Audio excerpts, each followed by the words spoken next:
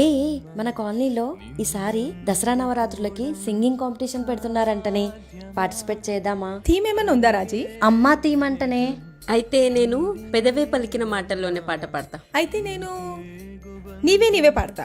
మరి నేనేం పాడాలి?